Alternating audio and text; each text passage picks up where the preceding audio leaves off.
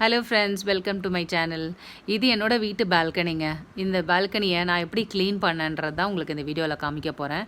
இப்போ பார்த்தீங்கன்னா அன்ஆர்கனைஸ்டாக இருக்கும் எல்லாமே. நான் கீழே மழையில் ஆக்சுவலாக பார்த்தீங்கன்னா ஃபுல்லாகவே ஆர்கனைஸ் பண்ணாமல் அப்படியே மெஸ்ஸியாக போட்டு வச்சுருக்கேன். மழையில் ஃபுல்லாகவே மண்ணெல்லாம் வெளியில் தெரித்து ஒரு கலராக ஆகிடுச்சுங்க. அங்கங்கே ஆரஞ்சு, ரெட் கலர் அந்த மாதிரி மண் என்னென்ன கலர்ஸில் இருக்கோ அந்தந்த கலர்ஸ்லலாம் பால்கனியில் ஃபுல்லாகவே மாறிடுச்சு, ஒயிட் டைல்ஸு.